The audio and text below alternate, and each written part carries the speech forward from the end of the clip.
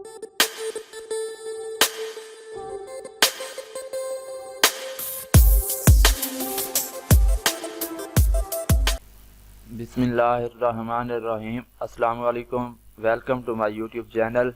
मैं हूं Mohammad Waseem computer academy के माइक्रोसॉफ्ट वर्ड 2016 के एक नए लेक्चर के साथ दोबारा हाजिर हूं। सबसे पहले अगर आपने मेरा YouTube channel learn for earn को सब्सक्राइब नहीं किया तो सबसे पहले चैनल को सब्सक्राइब कर लें और साथ दिए गए बेल के आइकन पर प्रेस करके ऑल पर प्रेस कर लें ताकि तमाम आने वाली नेक्स्ट वीडियो आपको आसानी मिल सके। तो स्टार्ट करते हैं आज का लेक्चर। इस लेक्चर में हम पढ़ेंगे पैराग्राफ ग्रुप के बारे में, स्टाइल्स ग्रुप के बारे में और एडिटिंग ग्रुप्स के बारे में। सबसे पहले हम बात करेंगे बुलेट्स के बारे में कि हम अपने टेक्स्ट पर बुलेट्स कैसे अप्लाई कर सकते हैं। तो बुलेट्स अप्लाई करने के लिए सबसे पहले हम यहाँ पर कुछ टेक्स्ट टाइप करते हैं, जैसे कि मैं यहाँ पे वसीम कंप्यूटर, और इस चैनल के ज़रिए हम आपको पढ़ा रहे हैं ऑफिस मैनेजमेंट।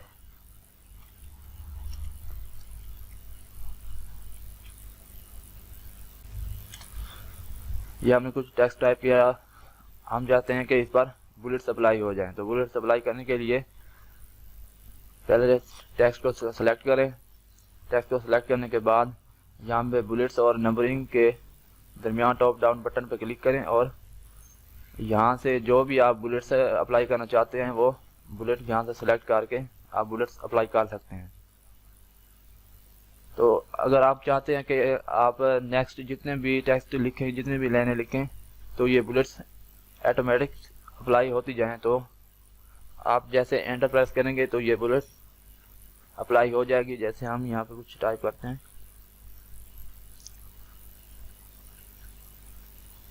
ऑटोकैड, और जैसे मैं एंटर करता हूँ तो ये बुलेट फिर से दोबारा अप्लाई हो गई है।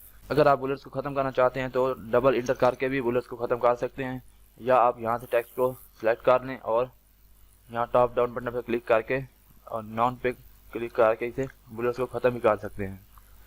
और अगर आपके पास किसी कंपनी का लोगो या कोई पिक्चर पड़ी हुई है, उसे आप बुलेट्स के तौर पर अप्लाई करना चाहते हैं, तो आप टेक्स्ट को सिलेक्ट करें और यहाँ पे क्लिक करके डिफाइन न्यू बुलेट्स पे क्लिक कर दें और यहाँ पिक्चर पे क्लिक करें और वर्क ऑफलाइन पे क्लिक कर दें और उस ड्राइव में डिस्क में चले जाएं जहाँ पे आपकी पिक पड़ी है। जैसे कि मेरे पास यहाँ पे एक पिक पड़ी है, मैं इसे बुलेट्स के तौर पर अप्लाई करना चाहता हूँ, तो इसे सेलेक्ट करके इंसर्ट पे क्लिक करते हैं और ओके पे क्लिक कर देते हैं। तो ये देखें ये पिक्चर आपके पास, इसे थोड़ा जूम कर लेते हैं। तो ये देखें ये पिक्चर आपके पास बुलेट्स के तौर पर अप्लाई हो चुकी है। तो इस तरह से आप बुलेट्स को बआसानी से अपने टेक्स्ट के साथ अप्लाई कर सकते हैं। तो इसे ख़त्म करने के लिए दोबारा टॉप डाउन पे क्लिक करें और नॉन पे क्लिक करके इसे ख़त्म भी कर सकते हैं। और इसके बाद अगली कमांड जो हमारे पास है वो है नंबरिंग की। नंबरिंग भी अप्लाई कर सकते हैं, अल्फ़ाबेटिक करना चाहते हैं, रोमन में करना चाहते हैं, जो भी फॉन्ट इसमें आप अप्लाई करना चाहते हैं वो कर सकते हैं। और उसके बाद जो अगली हमारे पास कमांड है इंक्रीज इंडेंट, कि आप अपने टेक्स्ट को थोड़ा सा आगे बढ़ाना चाहते हैं, राइट की तरफ करना चाहते हैं, तो आप इंक्रीज इंडेंट को इस्तेमाल करेंगे। ये देखें इंक्रीज इंडेंट को इस्तेमाल करेंगे तो ये आपका टेक्स्ट राइट की तरफ जाना शुरू हो जाएगा। और अगर आप चाहते हैं कि आपका टेक्स्ट लेफ्ट की तरफ वापस आ जाए तो आप डिक्रीज इंडेंट पे इस्तेमाल करेंगे। तो ये आपका पैराग्राफ जो भी टेक्स्ट आपका लिखा होगा वो लेफ्ट की तरफ आ गया। और उसके बाद जो हमारे पास कमांड है लेफ्ट टू राइट, कि अगर आप इंग्लिश लिख रहे हैं तो लेफ्ट से शुरू होगी, आप लेफ्ट से राइट की तरफ लिखना चाहते हैं, या आप अगर कोई टेक्स्ट, और उसके बाद है राइट टू लेफ्ट, कोई टेक्स्ट आप राइट से शुरू करना चाहते हैं तो आप राइट से लेफ्ट की तरफ करेंगे तो ये आपका टेक्स्ट राइट से लिखना शुरू हो जाएगा। और उसके बाद हमारे पास है ये शॉर्ट में ये होता है कि आपके पास यहाँ पे कुछ हमारे पास ये टेक्स्ट लिखे हुए हैं, हम यहाँ से नंबरिंग को ख़त्म कर लेते हैं। ये मेरे पास टेक्स्ट लिखे हुए हैं इसको मैं असेंडिंग में करना चाहता हूँ। असेंडिंग में मतलब ए वाले लफ्ज़ पहले हैं, बी सी डी शुरू से ये तरतीबवार हों, तो इसके लिए हम सॉर्ट को इस्तेमाल करते हैं। हम टेक्स्ट को सिलेक्ट करने के बाद हम सॉर्ट पे क्लिक करते हैं और यहाँ पे हमारे पास ये 3 किस्म की होती हैं, सॉर्ट 3 किस्म की होती हैं। एक टेक्स्ट होता है, नंबरिंग होता है और डेट। हमने क्योंकि यहाँ पे टेक्स्ट लिखा है तो आप टेक्स्ट पे क्लिक करेंगे और असेंडिंग में क्लिक करके ओके पे क्लिक कर देंगे। तो ये देखें जो लफ्ज़ पहले ए से शुरू हो रहे थे वो पहले नंबर पे आ गए, फिर उसके बाद जो आ रहे थे वो तरतीबवार ये आ गए हैं। और अगर आप चाहते हैं कि ये डिसेंडिंग में हो तो सॉर्ट पे क्लिक करेंगे और डिसेंडिंग में क्लिक करके ओके करेंगे तो ये डिसेंडिंग में आ गए हैं। इस तरह से आप अपने वर्ड्स को असेंडिंग और डिसेंडिंग में कर सकते हैं। और इसके बाद अगली कमांड जो हमारे पास आ रही है शो और हाइड। सबसे पहले हम यहाँ टेक्स्ट को रिमूव कर लेते हैं और शो और हाइड इसका यूज़ ये है कि आप जहाँ पर कोई स्पेस यूज़ करते हैं या एंटर यूज़ करते हैं या टैब का इस्तेमाल करते हैं तो आपको ये नज़र नहीं आ रहा, तो इसको देखने के लिए आप शो एंड हाइड का इस्तेमाल करते हैं। जैसे आप शो एंड हाइड पे क्लिक करेंगे तो ये आपके पास शो हो गया है। जहाँ पे आपने स्पेस बार इस्तेमाल किया वहाँ पे ये डॉट डॉट लगे हुए हैं और जहाँ पे आपने एंटर प्रेस किया है वहाँ पे ये शो एंड हाइड का बटन शो हो रहा है और जहाँ आपने टैब का इस्तेमाल किया वहाँ पे ये एरो बना हुआ नज़र आ रहा है। ये जब आप प्रिंट करेंगे तो ये प्रिंटर में शो नहीं होंगे, यहाँ पे आपको सिर्फ नज़र आ रहे हैं कि आपने कहाँ पे स्पेस बार इस्तेमाल की और कहाँ पे एंटर इस्तेमाल की। तो दोबारा से शो एंड हाइड पे क्लिक करके इसे ख़त्म भी कर सकते हैं। और उसके बाद हमारे पास है लेफ्ट, अलाइन लेफ्ट है। अलाइन लेफ्ट के आपके पास टेक्स्ट लिखा हुआ है,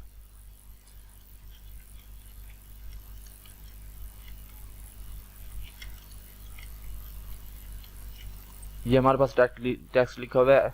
हम इसे सेलेक्ट करके यहाँ पे सेंटर होता है, यहाँ पे सेंटर कर लेते हैं और यहाँ पे अलाइन लेफ्ट, अगर आप टेक्स्ट को लेफ्ट पे करना चाहते हैं तो अलाइन लेफ्ट पे क्लिक करें। अगर राइट की तरफ करना चाहते हैं तो अलाइन राइट पे क्लिक करें तो आपका टेक्स्ट राइट की तरफ हो जाएगा। और उसके बाद है हमारे पास जस्टिफाई। अगर आपके पास पैराग्राफ लिखा हुआ है, ये पैराग्राफ को जस्टिफाई करने के लिए, लाइनें बराबर करने के लिए लिखा जाता है, यूज़ किया जाता है। अगर आपके पास पैराग्राफ लिखा हुआ है जैसे मेरे पास, हम यहाँ पे टाइप कर लेते हैं और F4 प्रेस कर लेते हैं ताकि ये कुछ वर्ड दोबारा से लिखे जाएं। तो ये देखें कुछ लाइनें बड़ी हैं और कुछ लाइनें छोटी हैं। इन लाइनों को बराबर करने के लिए बराबर करने के लिए हम इसे सेलेक्ट करते हैं और सेलेक्ट करने के बाद जस्टिफाई पे क्लिक करेंगे तो ये हमारी देखें लाइनें बराबर हो गई हैं।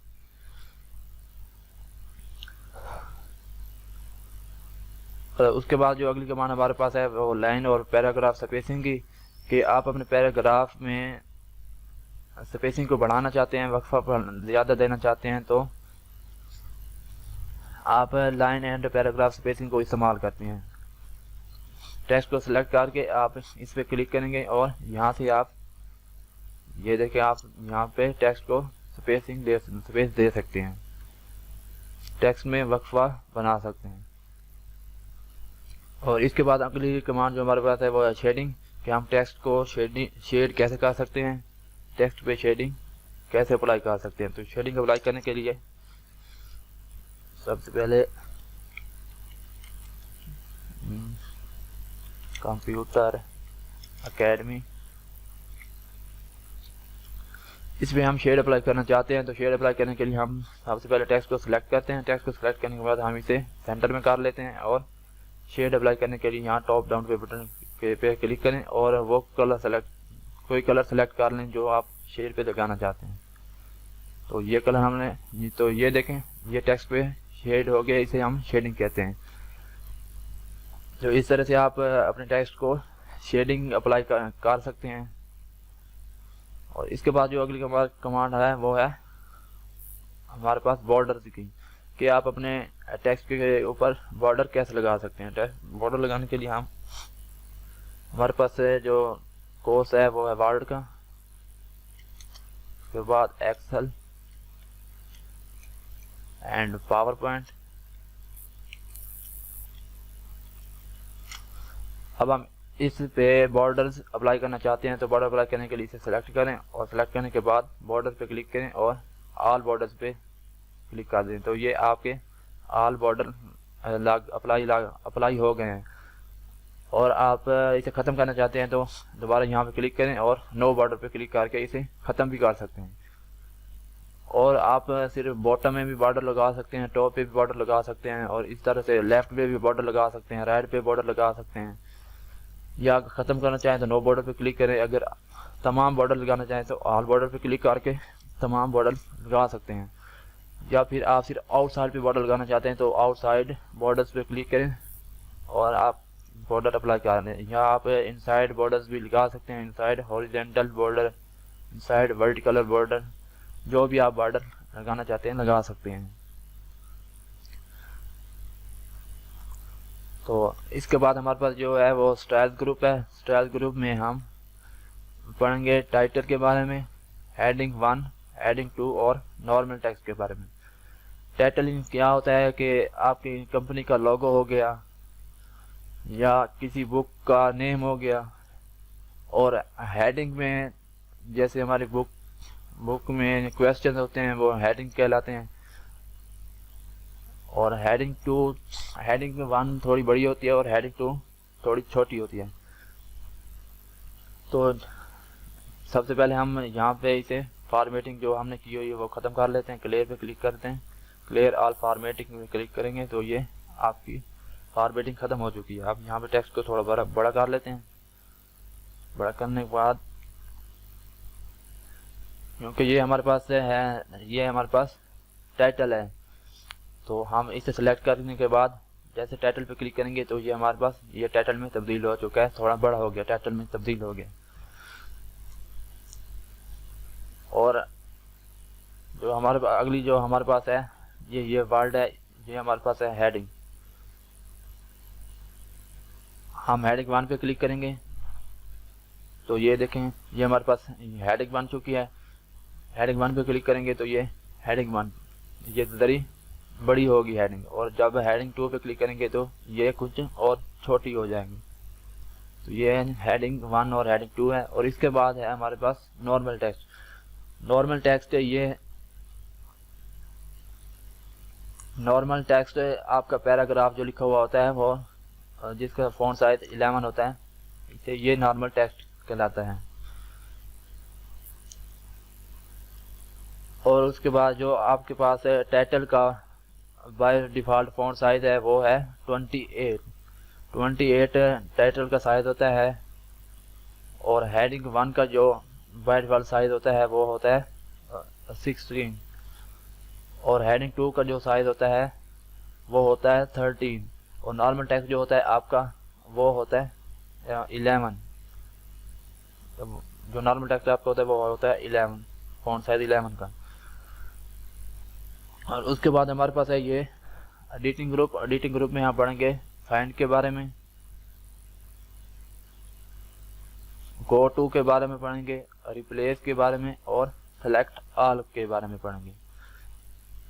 सबसे पहले फाइंड क्या है कि आपके पास 15 या 16 पेजेस पे बुक लिखी हुई है और उसमें से आप कोई टेक्स्ट को फाइंड करना चाहते हैं, तलाश करना चाहते हैं, तो आप फाइंड का इस्तेमाल करते हैं। जैसा कि हमारे पास यहाँ पे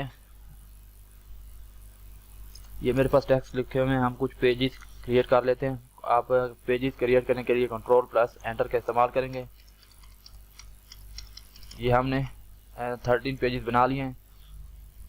हम यहाँ पे भी कुछ टेक्स्ट टाइप कर लेते हैं। ये वर्ड हमारे पास पेज नंबर, ये नीचे हमारे पास पेज शो हो रहे हैं हमारे पास 12 of 13।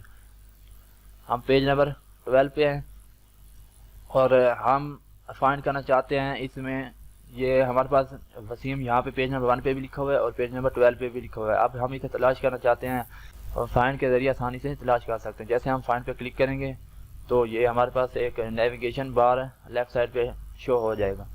तो यहाँ पर आप जो वर्ड तलाश करना चाहते हैं वो यहाँ पे टाइप करेंगे। जैसे मैं यहाँ पे वसीम तलाश करना चाहता हूँ।